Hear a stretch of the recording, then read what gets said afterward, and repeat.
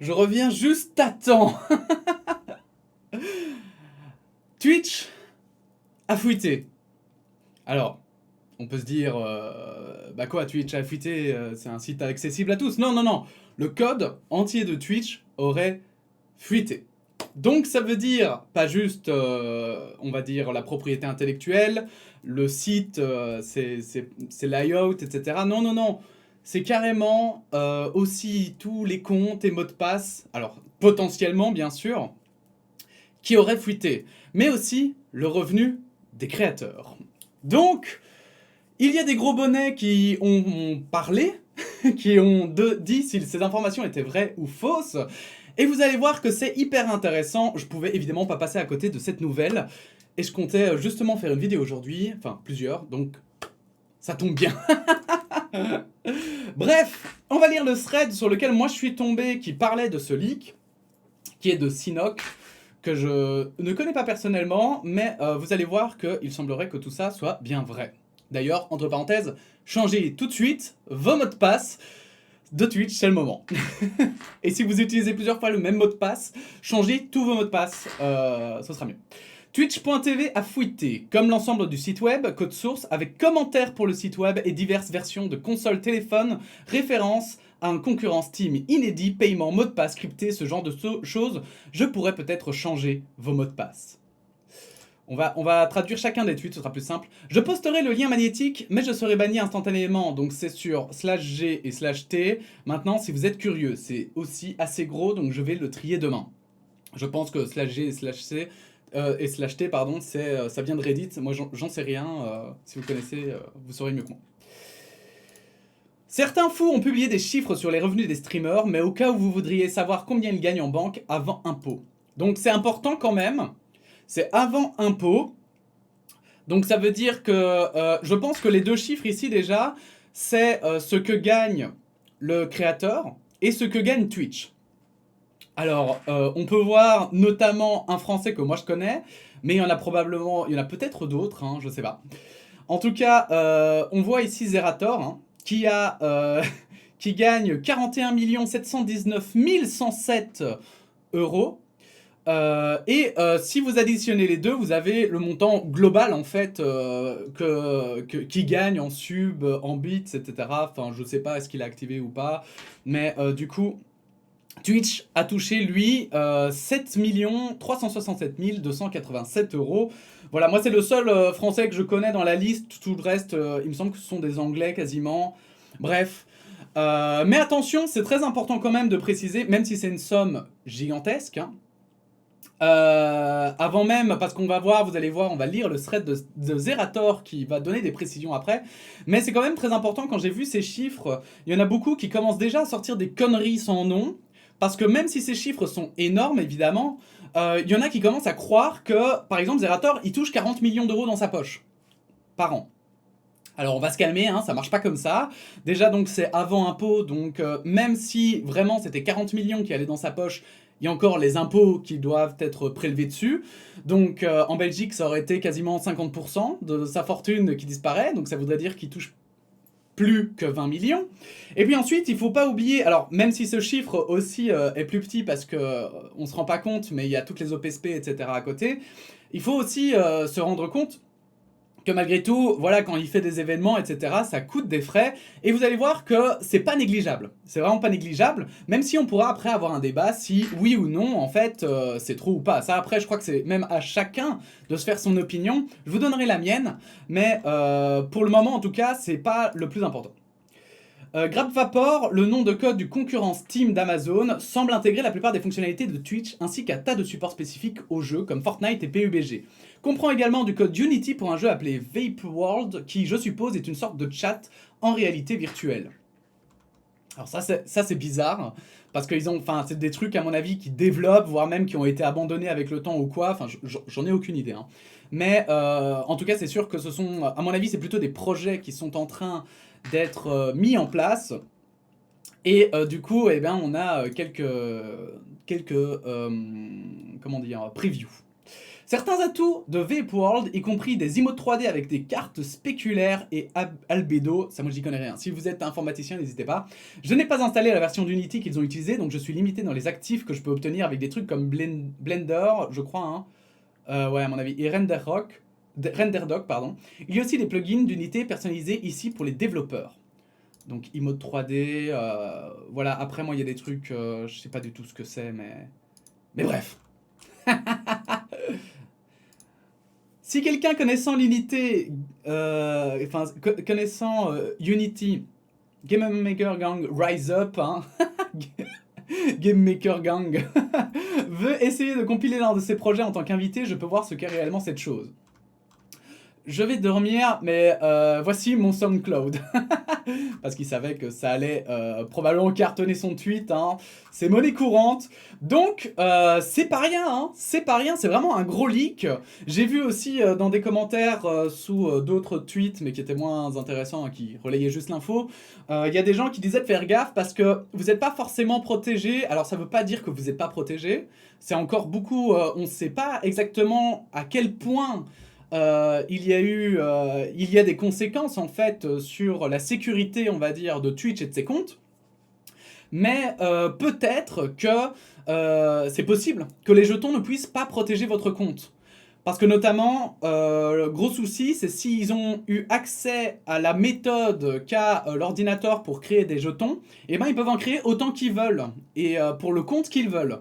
Donc juste, faites vraiment gaffe, ne vous pensez pas protégé, pour le moment en tout cas, par les jetons et la double authentification, parce que apparemment, on ne sait jamais qu'ils aient eu accès à ce pan-là, même si j'avais jamais entendu qu'on puisse avoir accès à ça. Mais bon bref, dans le doute, changez vos mots de passe. Et on va lire le thread de Zerator qui a répondu à tout ça, et on va un petit peu débriefer. J'ai rarement reçu autant de mentions et de messages car on sait que l'argent fascine en France, surtout quand il s'agit d'un domaine assez flou que celui des créateurs sur internet. Il n'y a qu'à voir le débat que tout le monde a eu quand Twitch a changé ses règles, thread. Alors, je vous avoue que le « en France », non, Zera, ce n'est pas juste en France, j'ai envie de dire, c'est dans le monde, et surtout que, pour rappel, on va en parler plus tard, mais les Pandora Papers sont sortis il n'y a pas longtemps, et notamment, les gens en ont marre de ces personnes qui touchent beaucoup d'argent et pourtant qui fraudent en toute impunité. Et c'est pour ça que ça passionne, en fait. C'est pas juste une haine des riches, en fait, c'est une haine, on va dire, des riches qui trichent. Et je pense que c'est vraiment quelque chose à mettre en perspective. Dans un premier temps, puisque aucun gros créateur ne vous le confirmera en France, je pense, oui, les chiffres du tableau ci-dessus sont vrais. Mais attention, c'est un chiffre d'affaires et non un bénéfice. Ce qui veut dire que cet argent n'est pas sur le compte en banque du créateur. Ça, la plupart d'entre vous le savent. Ça, si vous êtes indépendant ou quoi que ce soit et que vous avez votre propre entreprise, vous le savez normalement. Ensuite, ce chiffre ne représente pas du tout ce que gagne un créateur comme vous en doutez, puisqu'il y a aussi les OP, les sponsors, le merchandising, les dons quand ils sont activés. Ce n'est pas mon cas, à part les bits qu'on ne peut pas désactiver et qui représentent personnellement moins de 2% de ce chiffre. Donc si vous étiez choqué du montant du tableau, voilà qui devrait vous faire tomber dans les pommes. Mais voilà, au moins, j'aime ce côté chez Zerator où au moins il est honnête. Et par exemple pour les chiffres, il se cache pas, il n'y a rien, c'est quand même intéressant de voir un petit peu comment ça marche justement. Ensuite, en ce qui me concerne, je n'ai pas du tout honte de ce chiffre. J'ai dédié les 10 dernières années de ma vie au streaming et je n'ai toujours eu qu'un seul but, réaliser ce qui me plaît tout en gagnant ma vie. J'ai la chance que ce soit possible, mais c'est un métier complexe et fluctuant. Si vous voulez en savoir plus, allez voir ma vidéo YouTube « Twitch détruit les petits streamers ». La plupart des streamers ont le syndrome de l'imposteur dès qu'ils grossissent en stats car les viewers et l'opinion du métier veut ça. Mais c'est un autre sujet. Bref, dans mon cas personnel, mon aventure Twitch ne se limite pas à mon stream dans une pièce tout seul. Et ça justement, je voulais même, en ayant vu le tableau, j'allais le dire, mais sachant que je lis son thread, je trouve ça important justement de lui laisser entre guillemets la parole, parce que vous allez voir, les chiffres sont faramineux. Je ne blâme personne, c'est pour expliquer la suite. Mais c'est quelque chose qui ne me suffit pas et j'aime bien créer des conneries car c'est surtout ce qui me plaît dans mon métier. À ce titre, pour vous donner des fourchettes, dites-vous par exemple qu'une Zilan coûte plus de 400 000 €, qu'une TM Cup en coûte plus de 500 000, probablement le double à Bercy, et que même si ces événements se financent aussi grâce au sponsoring et parfois billetterie pour la TM Cup, donc Trackmania Cup pour ceux qui ne connaissent pas, je mets souvent de l'argent de Zerator Prod pour ajouter des conneries ou stabiliser financièrement l'événement et payer les gens. Car c'est aussi la plus-value de ma chaîne, l'événementiel. Il est donc normal que j'investisse dans ce domaine. Quand vous soutenez ma chaîne, vous soutenez mes événements, mes idées, mon studio, mes graphistes, mes monteurs. Un point sur l'argent perso maintenant, car c'est là tout le débat. Putain, Zera a gagné 1,4 M en 2 ans. Non. Encore une fois, à titre personnel, j'ai eu la chance d'acquérir un bien immobilier en 2017 que je n'ai pas acheté cash ou que je n'ai pas encore remboursé à la banque, car je garde énormément d'argent sur le compte de l'entreprise pour faire mes merdes. Et ça, en fait, c'est assez marrant qu'il en parle parce que c'est justement la différence, on va dire, entre un entrepreneur prudent et un entrepreneur, on va dire comme ça, hein, mais qui va prendre directement, dès que ça marche, il va me mettre dans sa poche. Et il y en a beaucoup, hein, d'ailleurs, dans le milieu artistique, je vais le dire comme ça, hein, plus largement, pas juste l'événementiel, mais l'artistique, qui agissent comme ça parce que c'est un milieu très incertain et entre guillemets, du jour au lendemain, tu peux tomber. Zerator, imaginons que demain il fait un scandale, ça se trouve, il aura plus du tout la cote. Et il y a toujours cette peur un peu de tout perdre. Même si je vais pas vous mentir, mais c'est très dur de tout perdre. Ça arrive, mais c'est très dur. Et donc, c'est vrai que souvent, du coup, ce qui arrive, c'est que même si là, à mon avis, Zerator, il a quand même un beau salaire, eh bien, il garde beaucoup dans l'entreprise parce que notamment, avoir de l'argent dans une entreprise, ça a beaucoup d'avantages. Ça permet déjà de faire beaucoup de projets, hein, de pouvoir, en cas de coup dur, par exemple avec, j'invente, mais le Covid, hein, où il y a plein d'entreprises qui ont eu moins de rentrées d'argent, ça te permet de survivre pendant ces coups durs. Et puis aussi, ça permet, comme il le dit, à payer aussi des équipes. Et je crois qu'on ne se rend pas compte, mais c'est vrai que, en fait, payer correctement les gens, ça coûte super cher. Surtout quand tu as des gens qui sont efficaces. Tu vas vouloir à un moment donné les augmenter. Voilà, par exemple, moi, sur mon stream, je travaille avec un modérateur qui pour le moment n'est pas payé. On fait un petit peu tout à deux. Et en fait, le truc, c'est que le jour où je pourrai le payer, je le payerai. Et puis, il m'a tellement aidé que forcément, je vais à un moment donné essayer de faire en sorte, si je suis à l'aise, si ma société est à l'aise, de faire en sorte qu'en fait, ils puissent bien vivre, logiquement. Et donc, bon, après, je dis pas que tout le monde pense forcément comme ça. Il y en a plein qui vont juste mettre l'argent dans leur poche et se barrer. Il y en a qui font pas d'événements. Je pense que Zerator doit être l'un des plus éthiques. Je vais mettre des gros guillemets, hein. Parce que je le connais pas personnellement, donc je vais pas non plus parler pour lui. Mais je pense, de mon opinion, j'ai l'impression, de ce que je vois, j'ai l'impression que c'est l'un des plus éthiques justement dans le domaine et que c'est pour ça d'ailleurs qu'il fait des événements qui sont assez cool en fait. C'est que parce qu'en fait, il a envie de créer des choses, il a envie de les faire bien et donc il a pas peur de mettre l'argent pour. Bref. Pour me faire mes merdes. J'adore ce système car dès qu'on a de la trésorerie, ça me permet de dire à Dash « Hey, ça te dit pas, on fait un truc là ?» Et on fonctionne comme ça depuis 2015, depuis qu'on travaille ensemble. Oui, je pourrais être à l'abri financièrement et m'acheter une Ferrari depuis quelques années, mais ce n'est pas encore le choix que j'ai fait. Autre sujet désormais, les impôts. Sachez que je suis résident fiscal français, contrairement à certains streamers qui commencent à trop gagner à leur goût pour habiter ici et s'évadent dans des paradis fiscaux. Malte, le plus connu dans notre milieu. Oui, effectivement. Le roi des rats en avait fait une vidéo d'ailleurs. C'est leur choix et leur vision de l'argent, la fiscalité, mais ce ne sera jamais mon cas. J'aime trop mon pays, ma famille, mes potes, ma ville et tout ce que j'ai construit ici pour déménager ailleurs. J'en profite d'ailleurs pour dire que je trouve ça étonnant de vivre à Malte à l'année et de pourtant participer à des événements comme le The Event. Je ne suis juge de personne et je continuerai d'inviter ces streamers car le The Event est un événement qui me dépasse de loin et non plus juste un rassemblement de potes, mais c'est pour moi incohérent. Et ça, alors on peut dire ce qu'on veut, hein. Il y en a qui vont peut-être croire que c'est hypocrite, etc. Mais il n'était pas obligé de dire ça. Il pouvait juste la fermer aussi, hein. Il pouvait juste ne rien dire et tout. Et en fait, je trouve que son discours est assez éthique, mais vraiment profondément éthique. Et presque, il y a un côté un peu impressionnant aussi à avoir cette honnêteté en fait. Cette honnêteté de dire mais putain je trouve ça scandaleux ces gens qui partent à Malte pour pas payer d'impôts. Parce qu'en fait, c'est bien je crois un des plus gros problèmes de notre société, on va encore en parler tout à l'heure, mais ces gens qui refusent parce qu'ils gagnent trop d'argent de rendre l'appareil à, je vais dire comme ça, mais aux autres. Parce que pour moi, notamment, vous savez que je suis de gauche, c'est pas un secret pour personne non plus, hein. Mais je trouve qu'en fait, même dans un système de droite, t'as besoin de gens pour réussir. Tu peux pas réussir tout seul. À partir du moment où il y a des gens qui achètent ton produit, même un streamer qui est regardé, ben, il y a Twitch. Derrière Twitch, il y a des personnes qui travaillent. Ces personnes, sans elles, tu peux pas streamer, en fait. Et même dans ton pays, en fait, si tu peux, allez, on va dire, si tu as pu naître dans des bonnes conditions, si tu as pu étudier, si tu as pu apprendre, il y a plein de choses, en fait, pour lesquelles ton pays t'aide à avancer. Et ça me semble logique que quand tu réussisses, en fait, tu lui rendes un peu l'appareil. Et surtout quand, là, on parle quand même de millions d'euros, quoi. Enfin, il y a un moment donné, je veux bien que tu gagnes beaucoup d'argent et que tu as envie d'être vraiment bien, mais je crois que il faut quand même garder les pieds sur terre et se rendre compte que déjà, allez, avoir 100 000 euros par mois, ou par an même, enfin non, peut-être pas par an, mais par mois en tout cas, enfin, allez, c'est énorme déjà. C'est 10 fois plus que tout le monde. Enfin bon, bref. Donc je trouve, enfin ouais, je trouve que c'est vraiment impressionnant. Enfin, ça va me faire un peu plaisir. Ça me fait plaisir de savoir qu'il y en a qui pensent comme ça dans le milieu. Je trouve ça chouette. On touche à la fin de ce thread. J'ai beaucoup hésité à ne rien dire et à laisser couler car Internet aura oublié dans 3 jours, mais c'est l'occasion de remettre quelques points sur les i et d'être un peu transparent dans un milieu si fou quand il s'agit de l'argent. C'est pas plus mal. Bon, par contre, c'est rip mon Twitter et mes mentions pendant quelques jours, semaines avec ce thread, mais tant pis. Ça me permettra de lire un peu ce que vous en pensez et probablement de bloquer des gens jaloux, idiots, jugeurs. Merci à ceux qui n'avaient pas besoin de mon thread pour venir me féliciter et me dire bon bah c'est cool, ça fonctionne bien. Je ne pense pas ajouter quelque chose sur le sujet en live ni sur une vidéo. A plus en LAN, j'espère soon.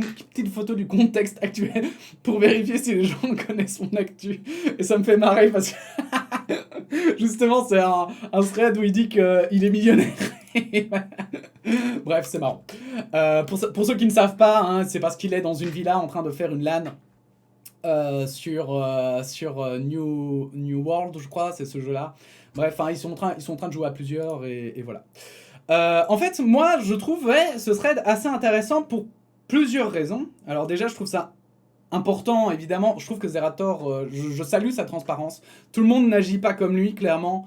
Et en fait, ça rejoint totalement. Je croyais que ça coûtait moins cher, en vrai, pour être honnête.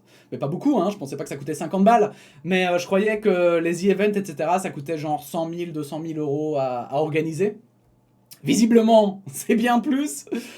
Mais en fait, c'était un peu ce que je disais, c'est que moi aussi, je trouve ça cool, en fait, quand tu gagnes beaucoup d'argent, de l'utiliser pour pouvoir faire plein de trucs.